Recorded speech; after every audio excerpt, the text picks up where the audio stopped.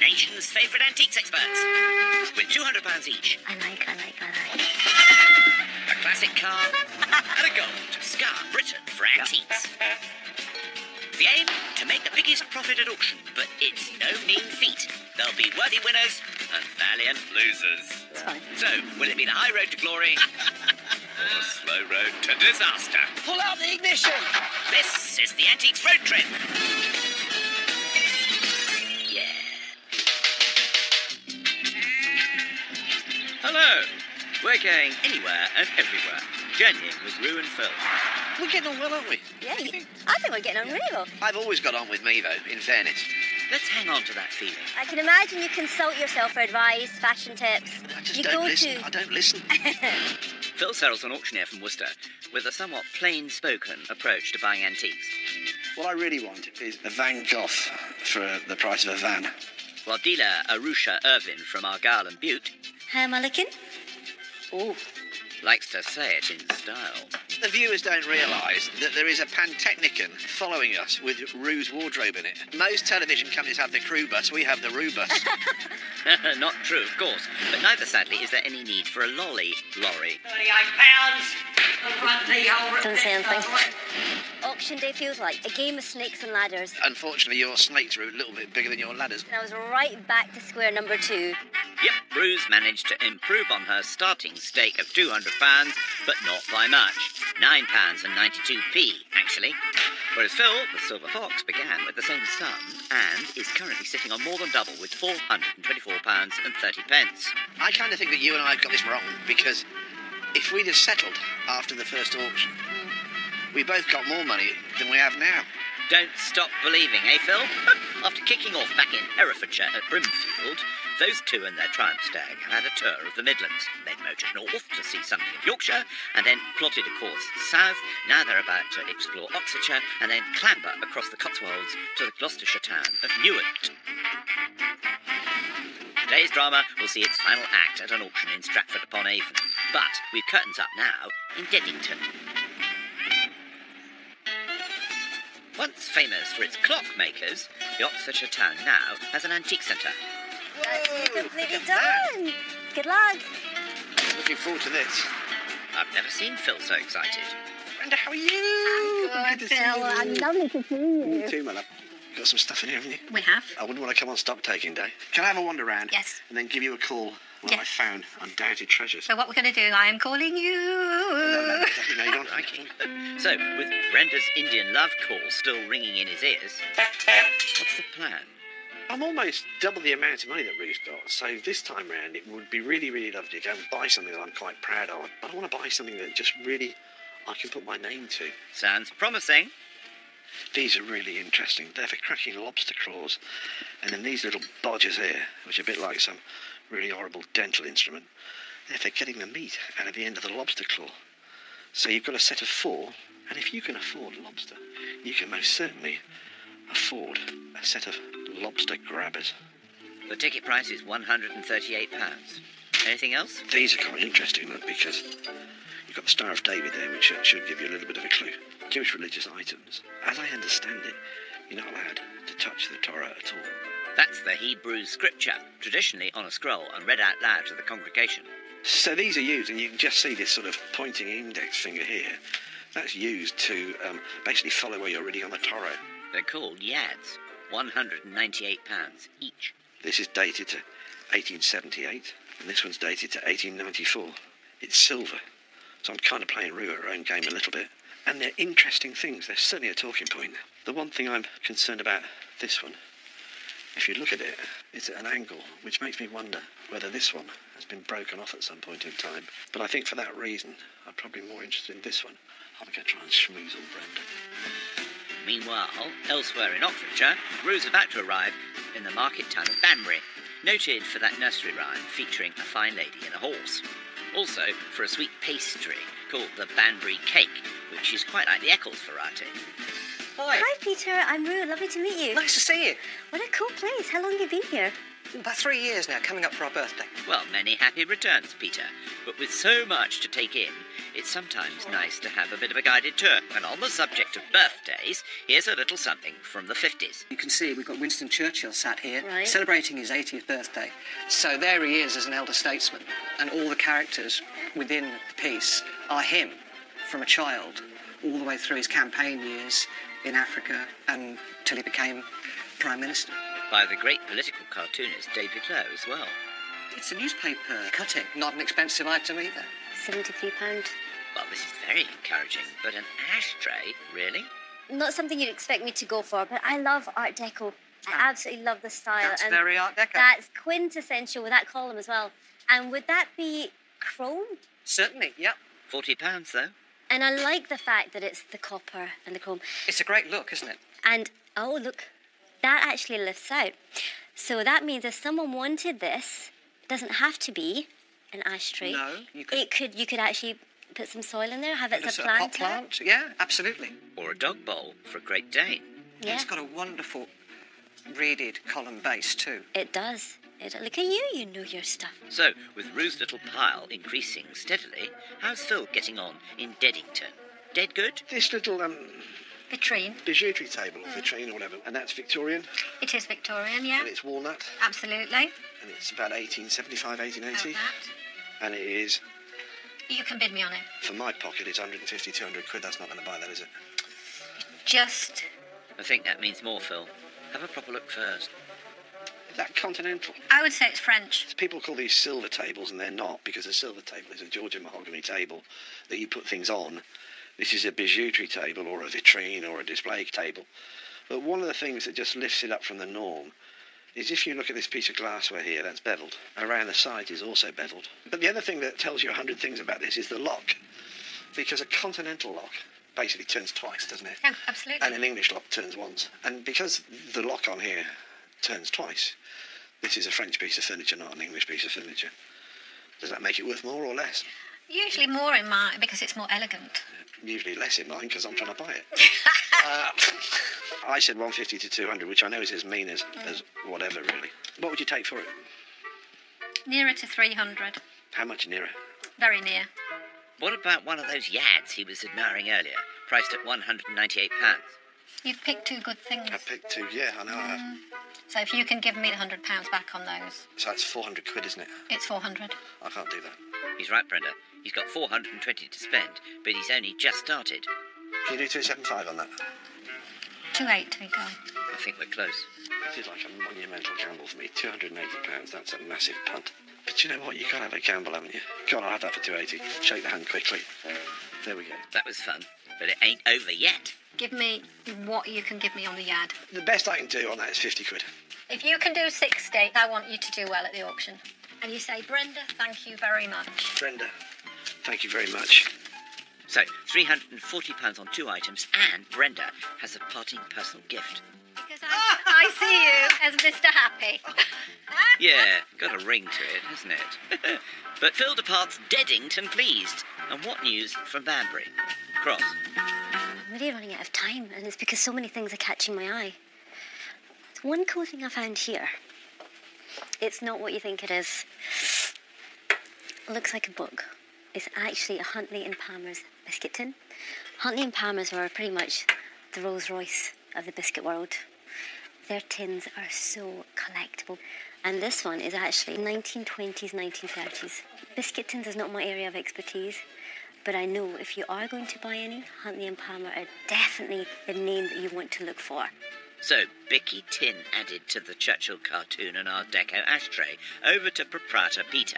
This, Peter, I really like. It's great. Yeah. It's really cool. It's got a few little wee dints there, and you've got 40 on the... £40. What could you do? Okay. But a wee Scots lass. 35. I was thinking more along the lines of 25. Sounds like we might have to meet in the middle. 30? 30. Let's do it. OK, what's next? At £73 for a piece as interesting as this. Be nice.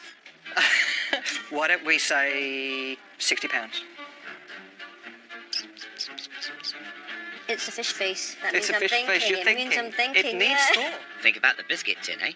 What was on that again? That was £40. 40. What could you do on this? It would probably have to be around the 35 mark. Okay. So that's agreed at 30. It is. You mentioned 60 for that. I did. 35 for that. 125? Yep. I like nice round numbers. Oh, do you? That round? I would be over the moon if I could have all three for £100 on the nose.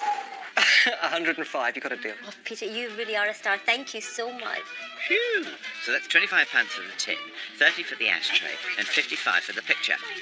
You can be rooting for me. I'll be rooting. Well, I like Philip too, you know. Only fair.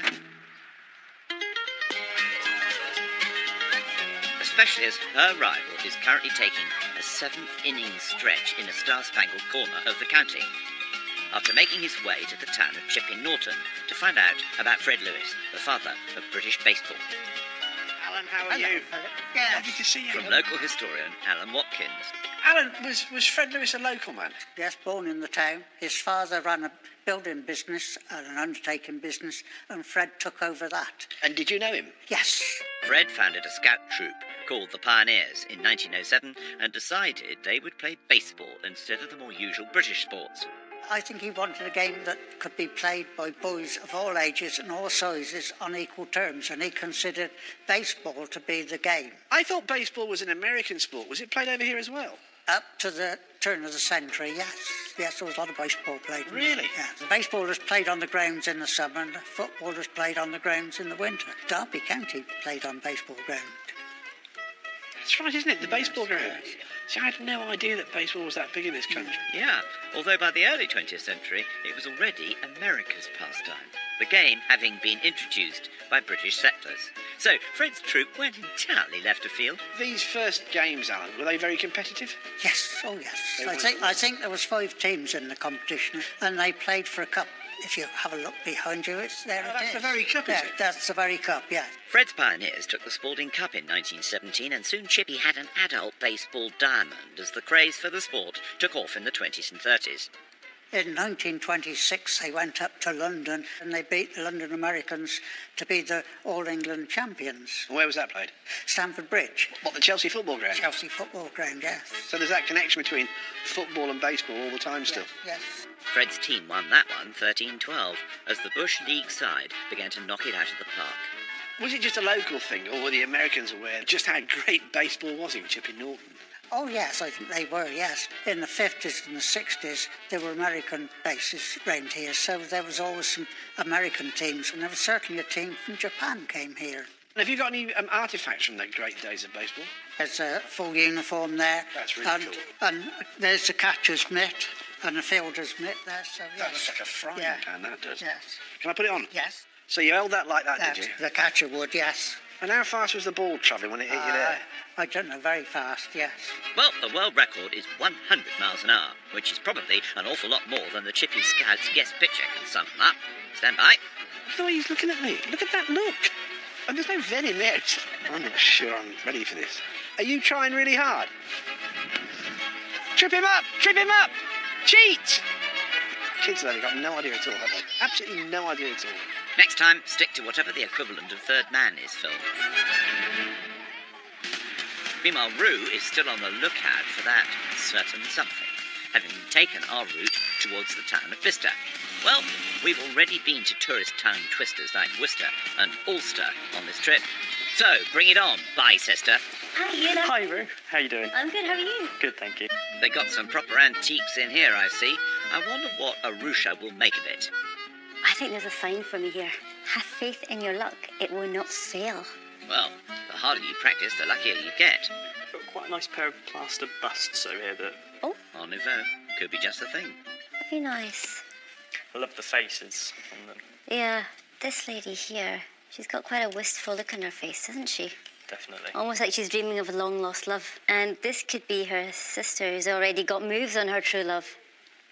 Now, what's interesting here, you've also got the signature of the sculptor. Thing with Art Nouveau sculpture, if you find a piece by the right artist, you're laughing all the way to the bank. Well, that's what we'd like to see. although she may be looking for a slightly safer bet. See, this is not the most exciting thing in the world. It's a display case. But antique dealers and traders go nuts for display cases. Now, often the display cases that sell best at auction are branded advertising display cases for the big drinks manufacturers at the time. But this is just a nice, clean example, velvet lined, nice condition, no cracks to the glass, and the price on it is $45. It's not something that's going to stock you in the face with excitement, but it could be a good solid buy. Bit like Phil's purchase on a much more modest scale. Now, what you got there? This figure looks really familiar, doesn't it? Considering I've bought a lovely print with about 40 of his faces in there. Ticket price? £20. Ian, this is quite interesting, but there's no artist signature on here. Yeah, I've had it out of the frame and I can't find one, unfortunately. Ah, yes, I see. Yeah. You've done your best here. Yeah. It does appear to be an original. You can see sort of the pen marks, and the paper is slightly ruffled where the paper's been a little bit too thin for that heavy black ink. I quite like this. So Winnie Mark II and the display case have made her little list. Still got over 100 left, mind. I'm a wee bit squeezed for money. I've got to be really careful. Okay. The display case I like. What could you do on that? I could do 35. 35. In my mind, I was thinking around 20. How about 25? 25, okay. Mr. Churchill? Churchill, I've had him a little while now, so I could do that for £10. Could you do 30 for the two? Yeah, okay. Brilliant. Thank you, Ian. You're a star. Problem. That was quick work. 20, 40. Lovely. £10 change. Perfect, thank you. Thank you very much. Fingers crossed you beat Philip Serrell. Thank you. You take care. Take care. Bye. Bye-bye. So, with Vista's best wishes ringing in our ears, let's get a little idle speculation done. If you could go anywhere in any car with anybody, Now you're talking.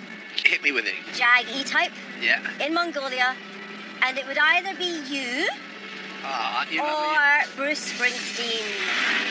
Thunder Road trip, eh? Nighty-night. Next day, we're still driving a stag, and it looks more like Berkshire than Mongolia. Definitely no boss either. How'd you get on yesterday?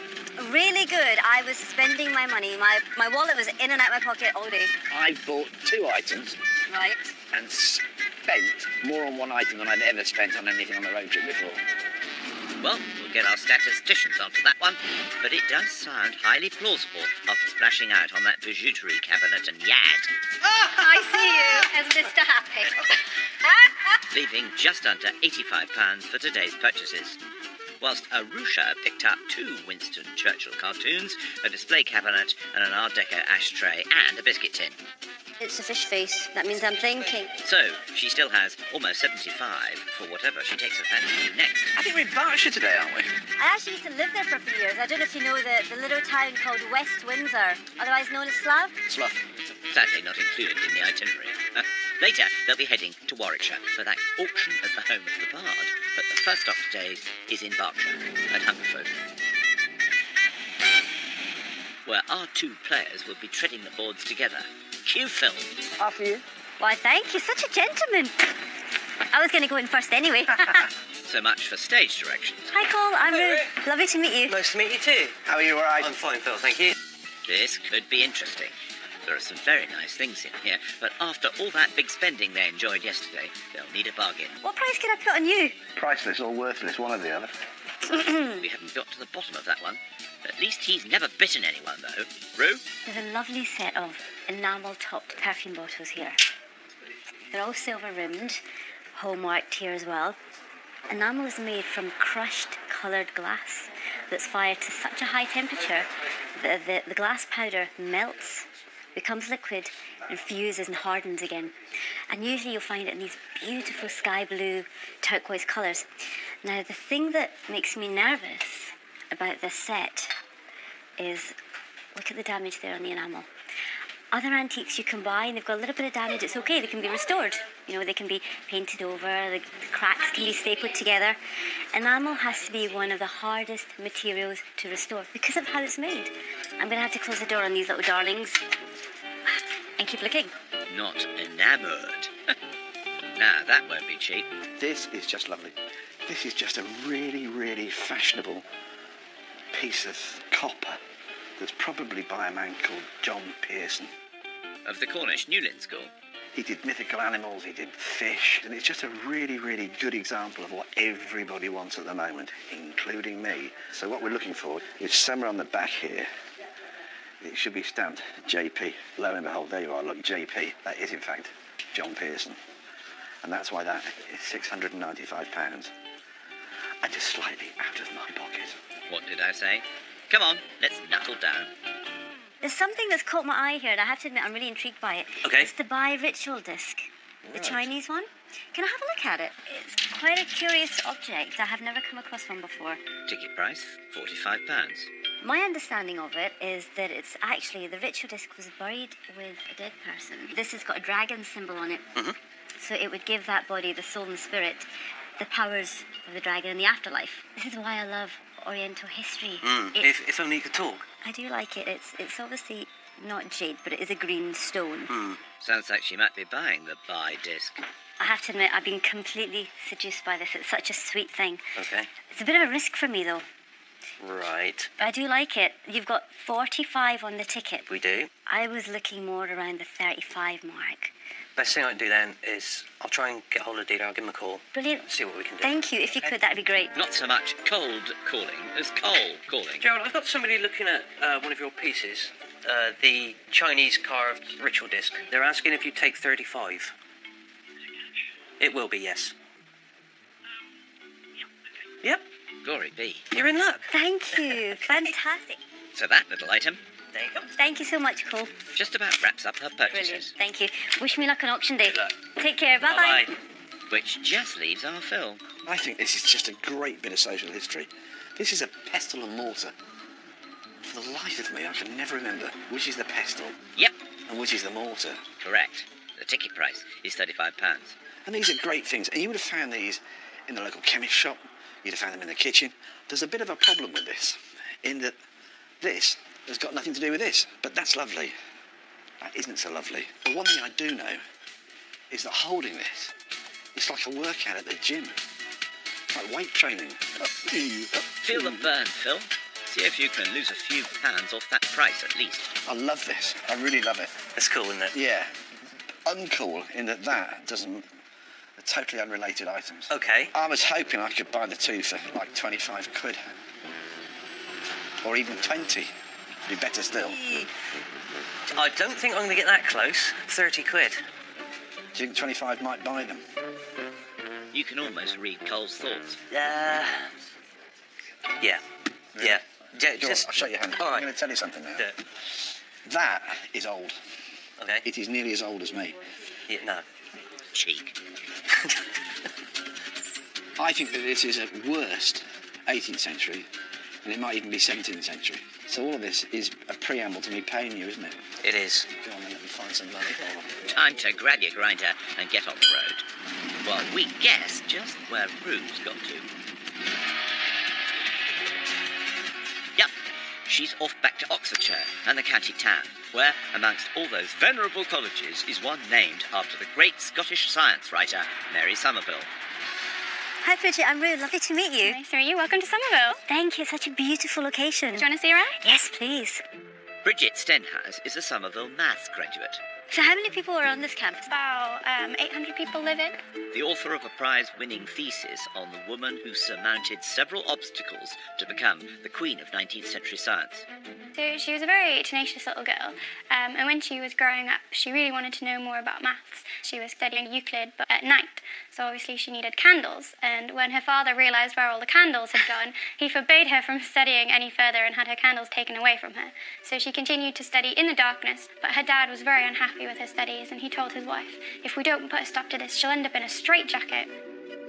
Undeterred, Mary grew up studying mathematics and astronomy in particular, with Sir Isaac Newton's Principia amongst her favourites, while at the same time the great French scholar Laplace was busy applying the Britain's theories. In France, they were way ahead. Laplace had modelled the solar system using the calculus, and people really enjoyed predicting where a comet would be and then looking up into the skies, and there it was. In 1817, Somerville was able to meet Laplace when she was in Paris, and he was midway through publishing his Mécanique Céleste, which was where he documented all these incredible results about the solar system. She was one of only a handful of people that could actually understand Laplace's work in the first place. Somerville came home and later translated Laplace's work into English, but not only in language but also in the notation that she used, and she introduced lots of diagrams to help English readers really grasp this French mathematics. You could see she actually moved science forwards and made it more accessible. Yeah, and her work was actually used as a textbook at Cambridge University, so the top scientists of the time were using her work to study this mathematics and take it forward. Soon Somerville became one of the first women admitted to the Royal Astronomical Society and published On the Connection of the Physical Sciences, one of the best-selling books of its kind.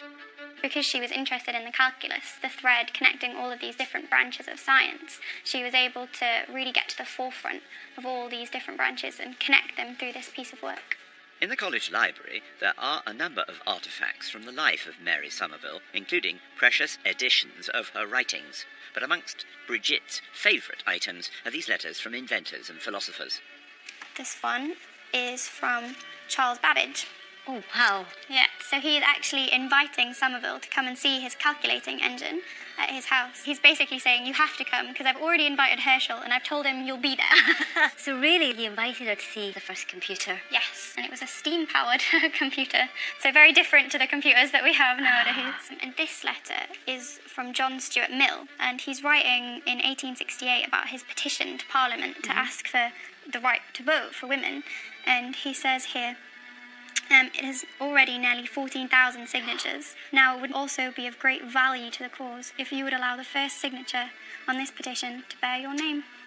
And I think she was very proud to be asked to be the first signature, and she obviously said yes. I can see by your face how much you love this. I know, it was very exciting to read these. And I think she'd be very, very proud that she'll be on the Scottish £10 note at the end of the year. So hopefully, really? Yeah, so hopefully even more people will know her story and be inspired to take up science. From trailblazing scientists to worried Serrells. So I'm on my way to Wallingford. Last shop of the day. I don't know what Ruth bought, but I'm just kind of thinking that, you know, she will have bought things that are 20th century or later. I've bought things that I think Noah would have used some of it. He must have mislaid his happy scarf somewhere. Anyway, as he's just revealed, he's en voyage to Wallingford, down beside the Thames, and getting pretty low on cash. Hey, Pat. How are you? Phil, lovely to see you. Good to see you. How's things? All right? No, Are you busy? Very, very busy at the moment. Got lots of things for me. I hope so. Springs eternal. Has to, really, with less than £60 left in his wallet. Have a look at that string box, thank you. Yes. This is quite interesting, isn't it? What is interesting about it is a bobbin holder rather than string, I think. Oh, right. This is meant to be looking like a beehive. Yeah. I would think this is probably lignum vitae. Do you know what lignum vitae stands for? Do you know what the Latin is? Life. Tree of life. Tree of life, yes. Yeah. It's a very, very hard wood. So I think I'm right in saying it's the only wood that doesn't float. The ticket price is £45, unless Phil can somehow shrink it a bit. Well, I don't want to be too rude to you, really, but if I could buy it for £25, I'd have it now off you. Oh, he said yes, you better tell Pat. Thank you very much indeed. Bobbin bought, but he'd like to add a bit more. I'm going to spend every one of my last pennies with you. Okay, well, you can. We've got lots and lots of them. Don't get your hopes up, Jean, when he says pennies. It's a little snuff box, isn't it? The Very Reverend Theobald Maskew, administering the pledge of total abstinence. Well, that's no good. Isn't that lovely? Well, you don't have to stick to no it. good for me at all, is it? It's a lovely thing. This is 19th century papier-mâché, isn't it? It is indeed, yeah. The problem with papier-mâché is once it's damaged, you Yes. can't do anything at all about it, It's can so you? old. It'd be So a am I. miracle if it wasn't a little bit damaged. Have you ever been to Blarney? I have, yes. You have? Did you kiss the stone there? Might have done. Might have done. Now might be the moment for a bit of straight talking, Phil. Jean, I've got £34.30, so I can't spend any more. I can, of course, spend less. That is too much, I'm afraid. OK, let's see what else we've got then. Jean, what about this little rosewood seal box, 19th century?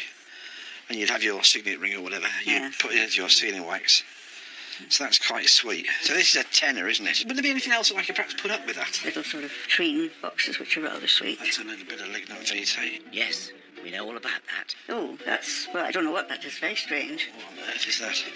Maybe some sort of puzzle? What's in that case at the back, Jean? That glass measuring... Is that a measure thing? Yes, yes, this is... I love this. Medicine glass measure. Mm-hmm. Does that come to £34.30? Crikey.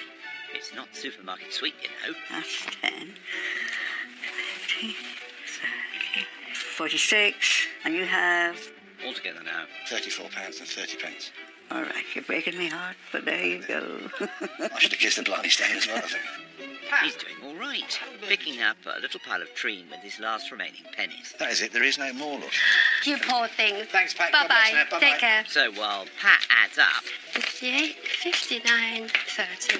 yep, it all seems to be in order. We're almost at that next to last auction. The one sad thing about the road trip Yeah. is they come to an end. And the thing is, I'm already missing you and you're still by my side. Chin up, you two. Let's get some shut-eye, eh?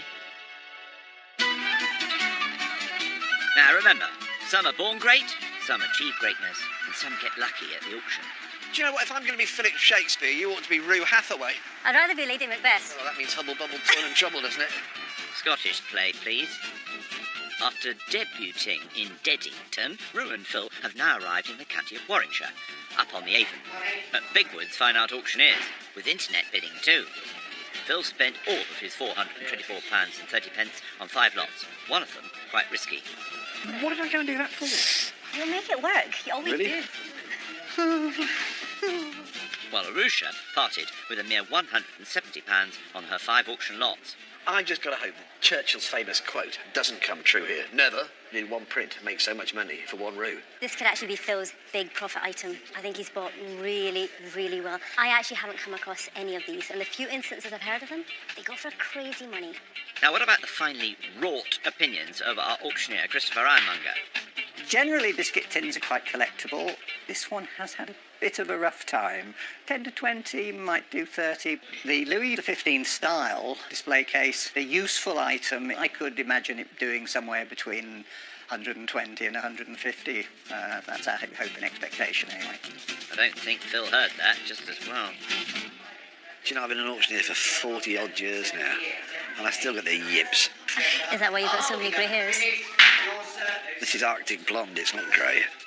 Well, let's just hope his yad doesn't shock those locks. What about 100 for this? 50 to start me then. Come on, let's get going. 50. A lot of history behind it. 50 I bid. 50, 50, 60, 60, 70, sir. At 70 on the net. 80 on the back wall. It's 70 on the net now. At £70, 80 now. 80, 80, 90. 90 I've got on the back wall at 90, at 90. Are we all done? I'll settle for that. £90, and it's going to be sold if you're all done. £90. Great start. I wanted to buy things that I could put my name to, and I'm happy with what I bought. You can hold your head high. It's just selling them's the problem. Time for Rue's little Chinese disc. I saw it in the shop as well, and I thought that's a nice thing, and I was toying with the idea of coming back to it. Somebody got there before me. You snooze, you lose. 50 for it. 50 to get me going. Come on. 30 to start me. Come on. 30, surely. Where's Come our on. internet? 30, yes? Yes, 30, I'm bid. 30. Thank you, mister. 5 do I hit? 35. 40, 45, 45. 50, 45 I've got over there at £45. It's no money at all. 45, are we done? 20, 48. That's really disappointing. Depends on your perspective there. There speaks experience. Sound profit. I thought that might have made 100 quid. Oh, thank you for that. So I'm absolutely chuffed to little mint balls. So you're kicking a girl while she's down. You'll get your revenge, Rue, although his medicinal paraphernalia should be fine. Let's hope it's not a bitter pill to swallow. We've got £10 on commission at £10. Is it 15 now? At £10. It's kind of a notional 15 at the 70 back, pence at profit 15 there, at the isn't back of the room I have. At 15, 20 do I hear? At 15, right on the back wall at 15. Any further advance on 15? It's a nice little solid profit. She's getting a hang of this. Any profit's a good profit. We're not setting the world on fire yet, are we? No. We're working up to it.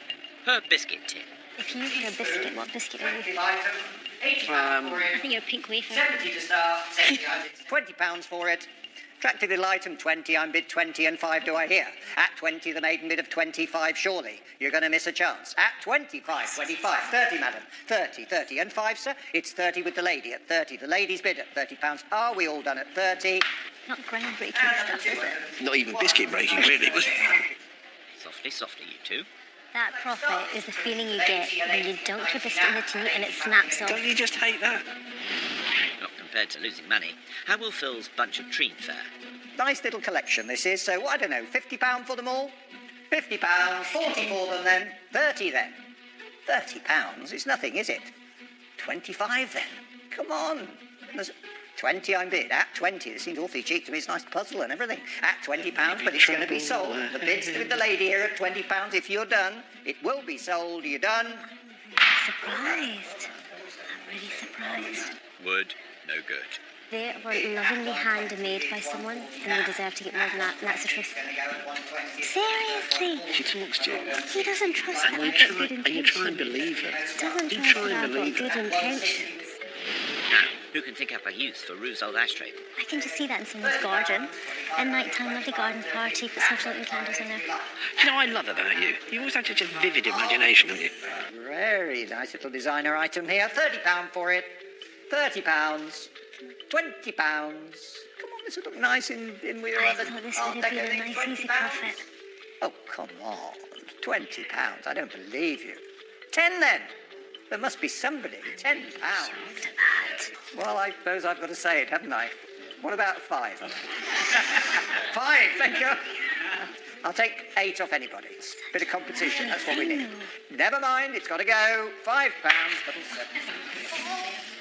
Shot down in flames.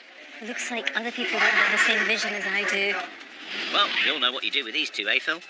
Which is the pestle, which is the mortar? Nope, I don't know what them. Really? 50 for this, surely. Nice heavy one. 30 for it. 25. Come on. 20? Oh, no, 20. 20 I'm bit. There, 25 at the back. 30. 25 on the back wall at £25. You disappoint me, but never mind, it's going to go at 20. Disappoint you, it breaks my heart. Could have been worse, Phil. I have spent 2 days to end up exactly where I started out. So basically, you're offering your services for free. Love, Rue. Now, what's the collective noun for those? A Winnie lot? £30. £20 to get me go 20. I'm bid 20 and 5, surely. At £20. Oh, nicely framed. 25. 30, sir. 35, is it? 35. 40. 40. Don't miss it. 45. At £40 I've got at 40. I'm going to sell it. 40. That could have been worse. It sure could have been. You spend as much as you can, and whoever gets closest to £200 wins. Isn't that what we're doing? We're doing a very good job of doing it. Time for Phil's pride and joy. Let's hope it exceeds the estimate. This could actually narrow the gap, or just send you. The net's coming at 160. At 160. At 160 is it 180 now? At 160. I'll take 170 if it helps you along. 170 I've got in the room. 170 and 180. 190. 190. It's 200 on the net. Is it 200? 210? 210 I've got. 210 in the room. Do I hear 220? At 210 in the room. We did not bad. Yeah, he's done much worse than that, Rue. So, I'm just still recovering from that bashing. You've got a display cabinet now. There's a... Mine is slightly cheaper than yours, but not as pretty. Voted most likely to make a profit, though. £30. 20... 30 on the net. 30 on the net, I'm bid. 5, will you go? At £30 on the net, this is giving it away at 30. Have 5 more. At £30. Are we done? I think I need some fresh air, do you? Do you remember when they were a bit sniffy about those tiddly profits earlier? Let's think positive. One more leg. One more leg. Do you know what? If I don't laugh, I'll cry. Just one more leg. We better go and spend some money, hadn't we? I'm going to keep laughing. Let's crunch some numbers. Phil started out with £424.30, and after auction costs, he made a loss of £129.10p. So he has a current total of £295.20. While Rue, who began with £209.92p, made, after costs, a much smaller loss of £47. So she now has £162.92 for the last leg, although Phil's still out in front. Like his scarf. That was full of ups and downs, wasn't it? But it's all to play for. The play's the thing. For our next antique road trip performance... If you could be anybody in history, who would it be? Cleopatra. But then what would that make you? Mark Antony. Or do you think we're more of a Lotto and Hardy? Well, I think I know what I think. And then go... Blimey, O'Reilly. Not sure you're ready for this. Expect another fine mess.